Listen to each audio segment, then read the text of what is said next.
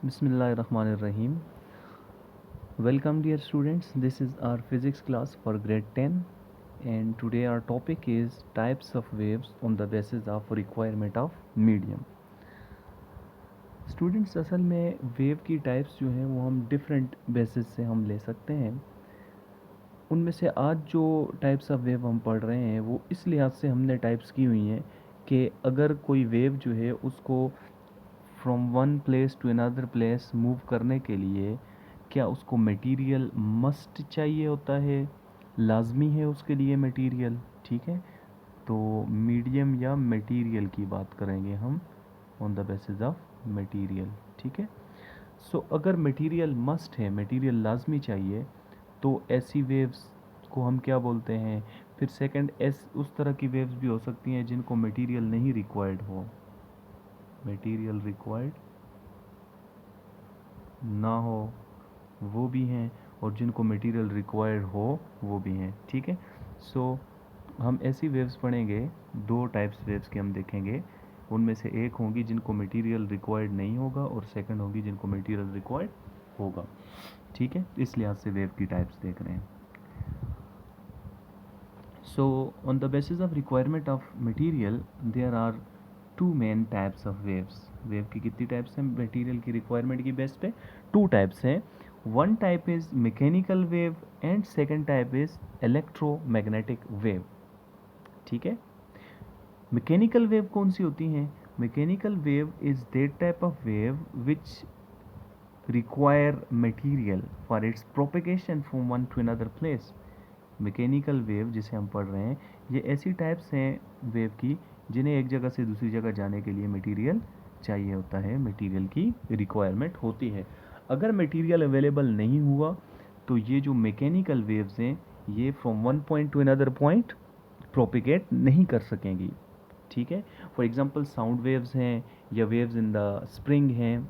ठीक है, waves in the string हैं।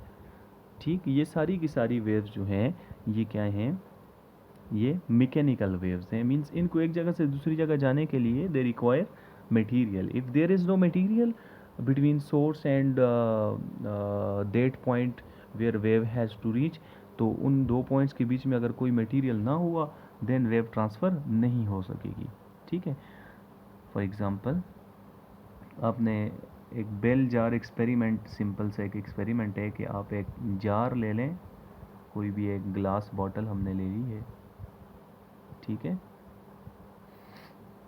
इसको हमने यहाँ पे कॉर्क लगा के उससे बंद कर दिया। कॉर्क मीन रबर सी होती है, वो लगा के हमने बंद कर दिया, बिल्कुल एयर टाइट कर दिया इसको हमने। फिर यहाँ से हमने एक अरेंजमेंट की हुई है कि यहाँ से इसके अंदर एक बेल है। ठीक है, इसके अंदर एक बेल लगी हुई है। ये लेट छोटा सा हैमर है, इलेक्ट्रिक बेल है ना, ये उसकी साथ में प्लेट है।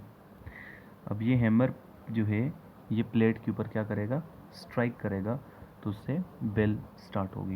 यहाँ पे बाहर हमने इसका स्विच वगैरह लगा दिया है। ठीक है, इसका स्विच लगा दिया है। तो जैसे हम यहाँ से स्विच को ऑन करेंगे, इधर से ए स्विच है, की है ये, इसको हम ऑन करेंगे तो ये स्टार्ट हो जाएगा क्योंकि इसको हमने कनेक्ट किया हुआ होता है बैटरी के साथ। ठीक है, यहाँ से बैटरी के साथ कनेक्ट किया हुआ, बाहर हमने सेल लगाए हुए कोई भी। अच्छा, जैसे ही हम इस स्विच ए को ऑन करेंगे तो ये बेल क्या करेगी, ये रिंग करना स्टार्ट हो जाएगी। यहाँ से ये वाली बेल ये आके इसके ऊपर स्ट्राइक करना शुरू हो जाएगी। हमें नज़र भी आ रहा होगा कि बेल जो है वो स्ट्राइक कर रही है, हैमर स्ट्राइक कर रहा है इस प्लेट के ऊपर, और उससे बेल रिंग कर रही है और हमें उसकी आवाज़ भी आ रही है। फिर हमने यहाँ पे एक और चीज़ होती है साथ में जिसको बोलते हैं वैक्यूम पंप। वैक्यूम पंप,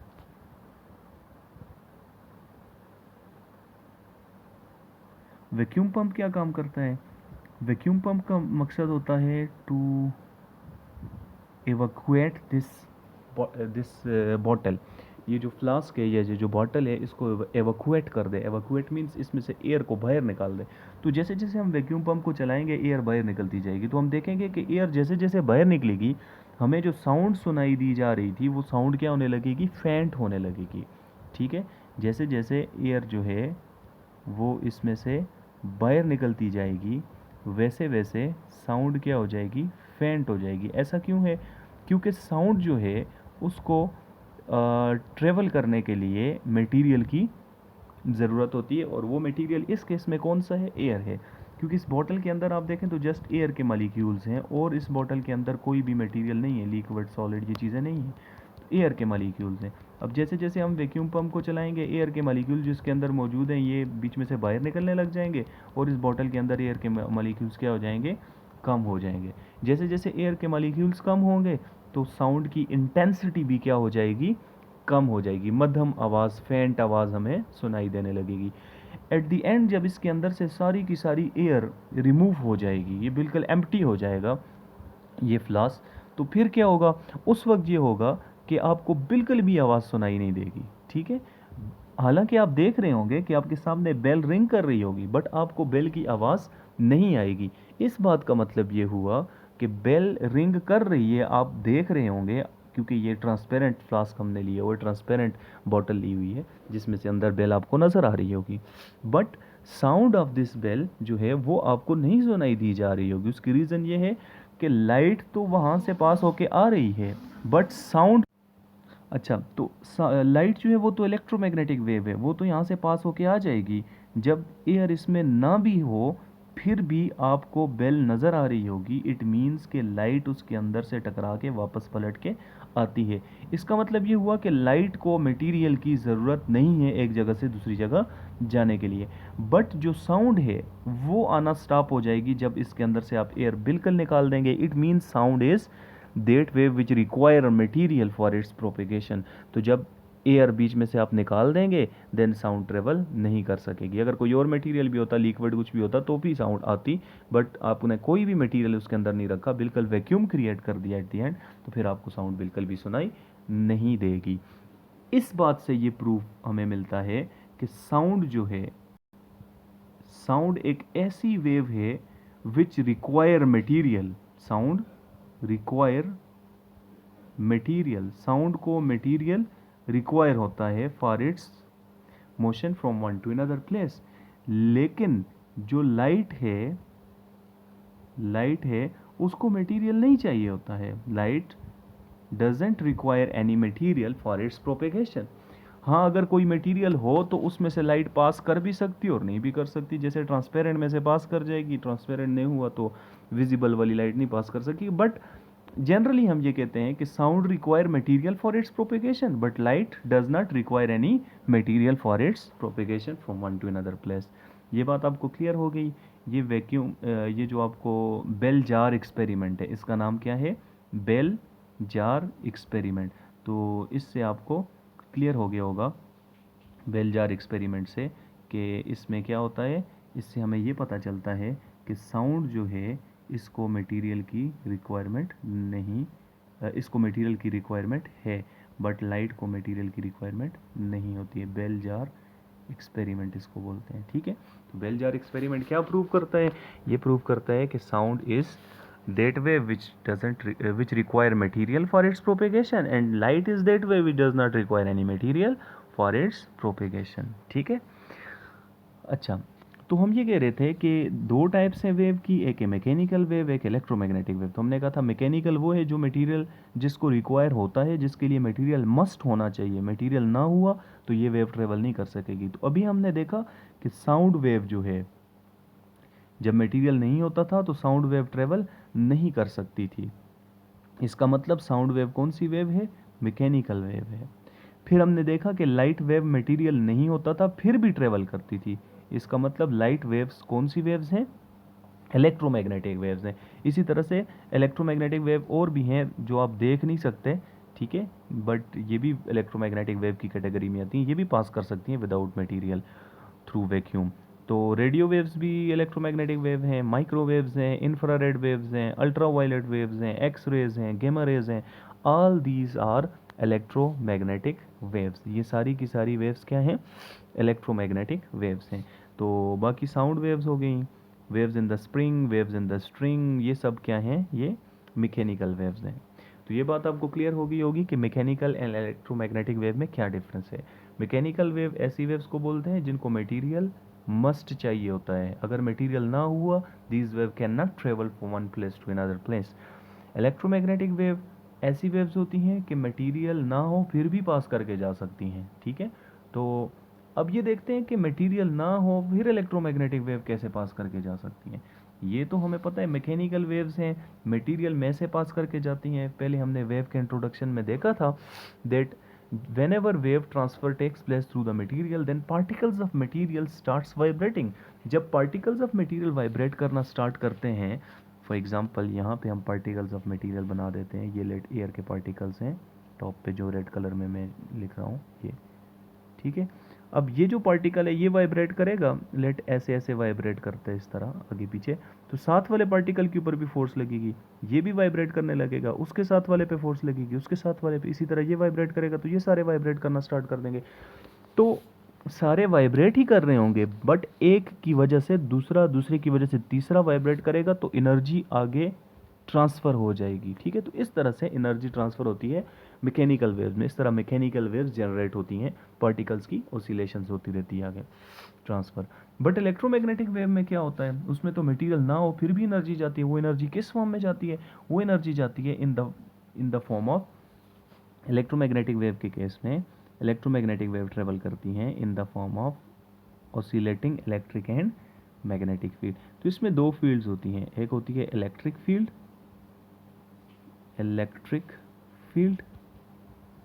और सेकंड होती है and magnetic field.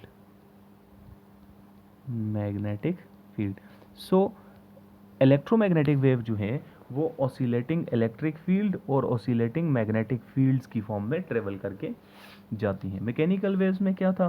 Mechanical waves में पार्टिकल्स जो हैं वो क्या करते हैं? ऑसिलेट करते हैं और उससे एनर्जी ट्रांसफ़र होती है। पार्टिकल्स वाइब्रेट करते हैं और उससे एनर्जी ट्रांसफ़र होती है। इलेक्ट्रोमैग्नेटिक वेव में इलेक्ट्रिक फील्ड और मैग्नेटिक फील्ड ऑसिलेट करती हैं और उससे एनर्जी ट्रांसफ़र होती है from one place to another place. यहाँ तक आपको क्लियर होगी ये बात, सिंपल सी बात है कि इलेक्ट्रोमैग्नेटिक वेव में ऑसिलेटिंग मीन वाइब्रेटिंग, ठीक है, इलेक्ट्रिक और मैग्नेटिक फील्ड्स होती हैं। फॉर एग्जांपल इलेक्ट्रोमैग्नेटिक वेव अगर इस डायरेक्शन में आ रही है, लेट्स सपोज इलेक्ट्रोमैग्नेटिक वेव अगर इस डायरेक्शन में आ रही है ऐसे, तो उसके पास एक इलेक्ट्रिक फील्ड होगी।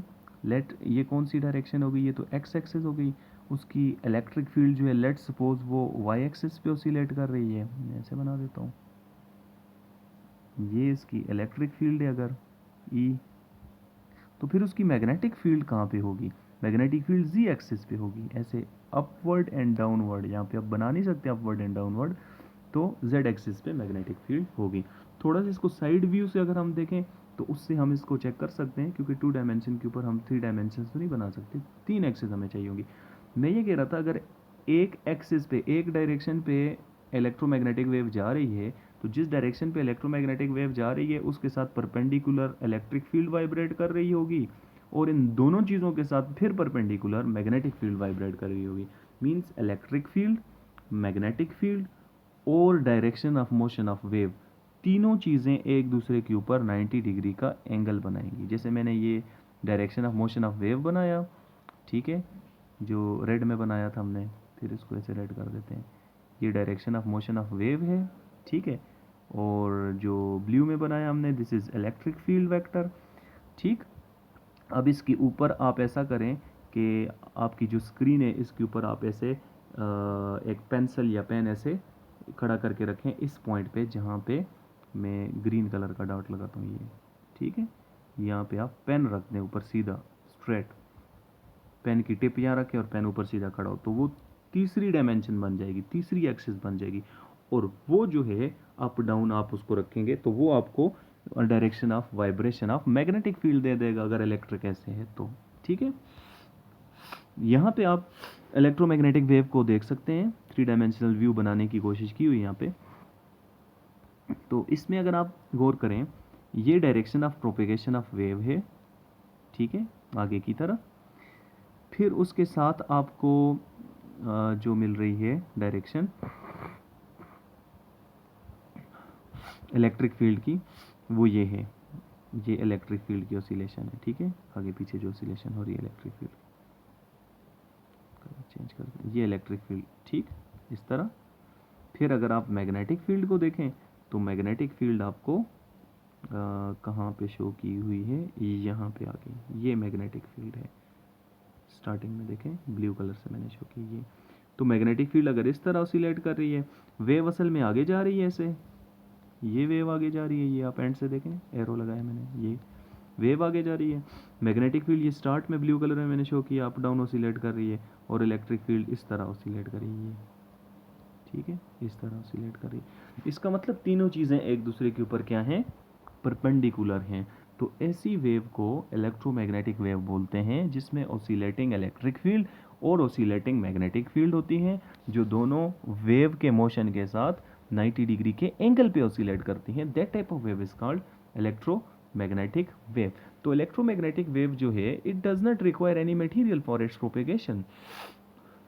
होता क्या है, जब भी कोई चार्ज पार्टिकल ऑसिलेट करता है, जब भी कोई चार्ज पार्टिकल ऑसिलेट करता है, फॉर एग्जांपल आपके पास ये न्यूक्लियस है, चलिए इसको बोर्ड पे बना देते हैं, लेट आपके पास ये एक न्यूक्लियस है, ठीक है,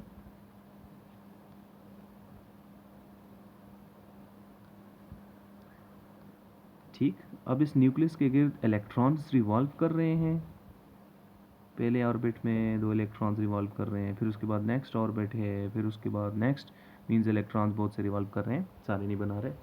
अब ऐसा है कि अगर यहाँ पे आपके पास कोई इलेक्ट्रॉन जो है,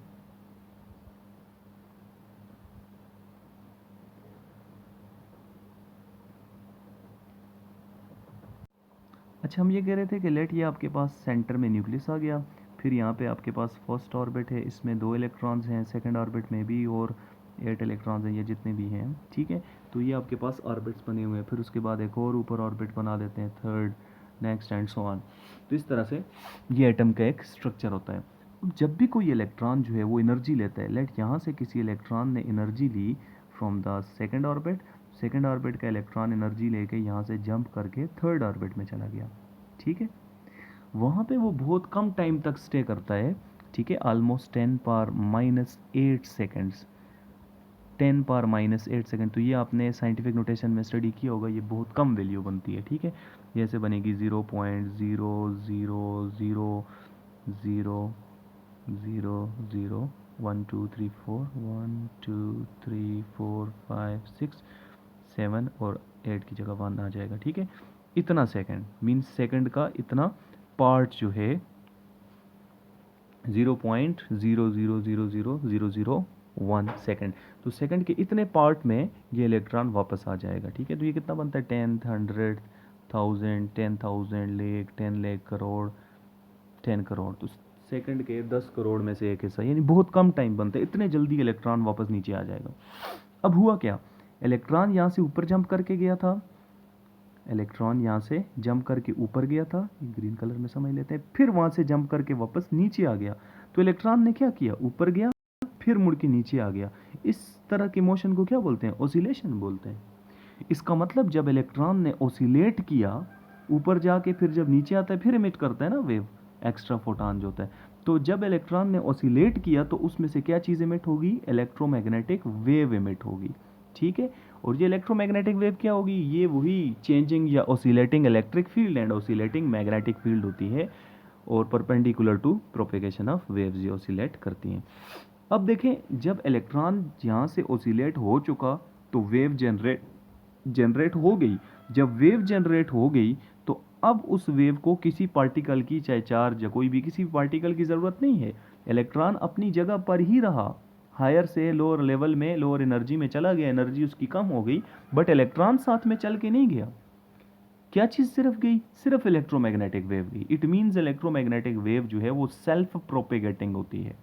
क्या होती है इलेक्ट्रोमैग्नेटिक वेव, सेल्फ प्रोपेगेटिंग होती है। सेल्फ प्रोपेगेटिंग मीन्स ये खुद ब खुद आगे प्रोपेगेट कर सकती है। जस्ट इसको स्टार्ट में कोई चीज़ इसको बना दे, कैसे कोई चीज़ बनाएगी, when ever charge particle oscillate, any charge particle जब ओसिलेट करेगा तो उससे क्या चीज़ बनेगी, इलेक्ट्रोमैग्नेटिक वेव बन जाएगी।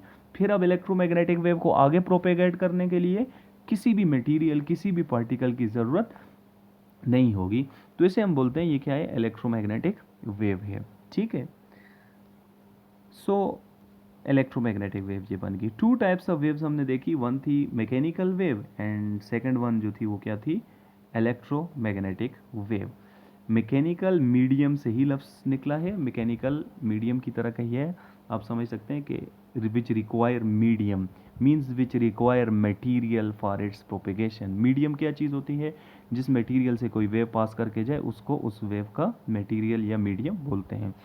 ठीक है, सो इलेक्ट्रोमैग्नेटिक दो वर्ड से बना हुआ है, इलेक्ट्रो एंड मैग्नेटिक, इसलिए बोले इसमें एक इलेक्ट्रिक फील्ड होती है, एक मैग्नेटिक फील्ड होती है, ऑसिलेट कर रही होती हैं, वाइब्रेट कर रही होती हैं। ठीक है, तो ये क्या है, दो टाइप्स ऑफ वेव्स हैं on the basis of requirement of material. Material की रिक्वायरमेंट की बेस पे वेव की दो टाइप्स ही हमने स्टडी की। ठीक है, आई होप कि आपको ये लेक्चर समझ आ गया होगा, इसमें कोई प्रॉब्लम वाली बात नहीं है। फिर भी अगर कोई इशू हो then you can ask in the comment section, आप कमेंट सेक्शन में पूछ सकते हैं, उसके लिए आपको उसका रिप्लाई कर दिया जाएगा। ठीक है, तो यहाँ तक आप इसको रिवाइज कर लें। इंशाल्लाह in our next topic we will discuss about types of wave on the basis of vibration of the particles of medium. यहाँ पे हमने on the basis of requirement of material देखा कि मटेरियल अगर रिक्वायर है, लाजमी चाहिए, तो वो मैकेनिकल वेव्स कहलाएंगी। अगर मटेरियल नहीं चाहिए, मटेरियल के बगैर भी पास कर सकती हो, तो इलेक्ट्रोमैग्नेटिक वेव्स कहलाएंगी। ठीक है, इससे पिछले लेक्चर में हमने वेव के बारे में स्टडी किया था कि वेव क्या चीज़ होती है, तो वो आपको याद होगा। वेव में हमने ये कहा था कि it is the kind of disturbance जो कि डिस्टर्बेंस ट्रांसफ़र होती है from one two another place in the medium. ठीक है, विदाउट ट्रांसफरिंग ऑफ मैटर। जैसे फॉर एग्जांपल आप एक कोई कंटेनर ले लें, टब ले लें, वाटर से भरा हुआ है, इसमें आप पीसेज ऑफ कॉर्क या छोटे छोटे कागज़ के टुकड़े यहाँ पे रख दें। ठीक है, कागज़ के टुकड़े रख दें। अब इसमें आप पेन अप एंड डाउन करके आराम से, जर्क वगैरह ना करें, उसमें पानी आगे पीछे मूव करने लग जाता है। जस्ट अप डाउन इसको डिप करें पेन को इसमें, तो इससे क्या होगी, वेव जनरेट होने लगेगी। आप देखेंगे हवा वगैरह नहीं चल रही है यहाँ पे अगर, और आपने पानी सिर्फ जस्ट अप एंड डाउन इसको डिप किया है पेन को, तो इसमें जो वेव जनरेट होगी उसकी वजह से ये जो पीसेज ऑफ पेपर होंगे ये just up and down oscillate करने लगेंगे। आप देखेंगे ये जो ए पॉइंट पे पार्टिकल पड़ा है, पेपर पीस ऑफ पेपर पड़ा है, वो ए पॉइंट से चल के बी सी पे नहीं पहुंच जाएगा, वो वहीं पे रहेगा, जस्ट ऑसिलेट करेगा। वहाँ पे हमने एनिमेशन में चेक भी किया था। ठीक है, इसी तरह आप एक और एक्टिविटीज़ के लिए कर सकते हैं, जो स्ट्रिंग की आपको बताई थी। स्ट्रिंग आपने ली ऐसे, अब इस स्ट्रिंग के ऊपर आप डिफरेंट कलर्स के आपने निशान लगा दिए मार्कर से। ठीक है, ये ब्लू कलर का लगा दिया, फिर इसी तरह से ये ग्रीन कलर का लगा दिया। ठीक है, इसी तरह से यहाँ पे रेड कलर का लगा दिया। जब आप इसको इस एंड से पकड़ के ओसिलेट करेंगे, इस एंड से ए एंड से पकड़ के ओसिलेट करेंगे, आप देखेंगे red colour up and down just oscillate कर रहा होगा। यहाँ पे बनेगी क्या चीज़, बनेगी यहाँ पे वेव, बनेगी यहाँ पे वेव जो इस तरह होगी। बट आप देखेंगे रेड कलर ऑसिलेट कर रहा होगा, ग्रीन कलर यहाँ पे अप डाउन सिर्फ ऊपर नीचे मूव कर रहा होगा, इसी तरह से ब्लू कलर सिर्फ ऊपर नीचे मूव कर रहा है। आपको पता है अब रस्सी को जब यहाँ से ऑसिलेट करेंगे ए पॉइंट से, तो ये जो रेड स्पॉट है ये चल के यहाँ पे कोने पे तो नहीं पहुँच जाएगा ना, ये तो यहीं पे रहेगा, स्ट्रिंग में यहीं पे रहता है, जस्ट अप डाउन ऑसिलेट करेगा। इसलिए हम कहते हैं जब वेव पास करके जा रही होती है तो पार्टिकल ऑफ मटेरियल जस्ट क्या कर रहे हैं, ऑसिलेट कर रहे हैं। ठीक है, तो ये कुछ एक्टिविटीज़ थी जो हमने पिछले लेक्चर में समझी थी। तो आज का टॉपिक था types of waves on the basis of requirements of medium. Two types हैं, मैकेनिकल एंड इलेक्ट्रोमैग्नेटिक, इनको आपने थोड़ा सा रिवाइज कर लेना है। नेक्स्ट टॉपिक में इंशाल्लाह टाइप्स ऑफ वेव्स को on the basis of vibration of particles of medium देखेंगे। मीडियम में पास करें तो उनके पार्टिकल्स की वाइब्रेशन के लिहाज से क्या टाइप्स होती हैं। ठीक है, तो यहाँ तक आप इसको अच्छे से रिवाइज कर लें। Thank you, good bye.